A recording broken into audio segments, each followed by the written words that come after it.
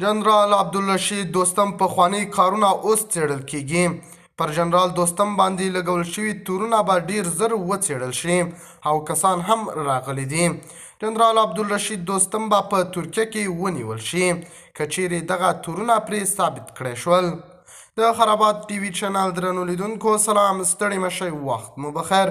هیله لرم چې جوړ او روغ به په سر کې یادونه کوم که خرابات ټي وي چینل مو نوي سبسکرایب کړه په درنښت سره خرابات ټي وي چینل سبسکرایب کړئ. تیره اونۍ د افغانستان د ملي امنیت شورا د یو لیک په طرز کې له مسؤلو ارګانونو غوښتنه وکړه چې له جنرال عبدالرشید دوستم څخه عاجلې پلټنې وکړي. پر دوستم باندې تور لګول شوی دی چې په سرپل ولایت کې په ناقانونه توګه د ملک له طبیعي شتمنیو څخه ګټه اخیستې ده. په لیک کې راغلی دی چې نوموړي د خپلو ملایشو په مرسته د سرپل په نفتي حوزه کې ناقانونه او غیر مسلکي کندنې کړي دي او په سلګونه زره متره مکعبه ګاز یې له همدې ځایه پرولري وي.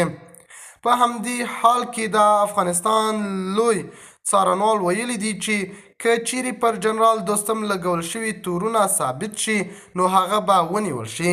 اگر که اوس خپل ملک کې نه دی، په هر ملک کې په هر ځای کې چې وي د انټرپول پولیسو لخوا به هغه زنداني کړی شي.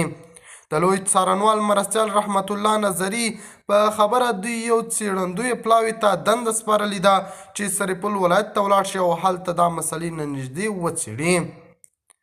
د امو په نامه د نفتي حوزې یوه برخه په سرپل کې هغه وخت پرته وه چې له همدې کبله یې کندنې کړي دي او هیڅ لوری هم نه دی خبر شوی. د خرابات ټي وي چینل درنو لیدونکو دا و زموږ ته د مهال چمتو کړی خبر. د نورو تازه خبرونو لپاره خرابات ټي وي چینل په درنښت سره سبسکرایب کړئ. د الله په امان تر بیا ښې چارې.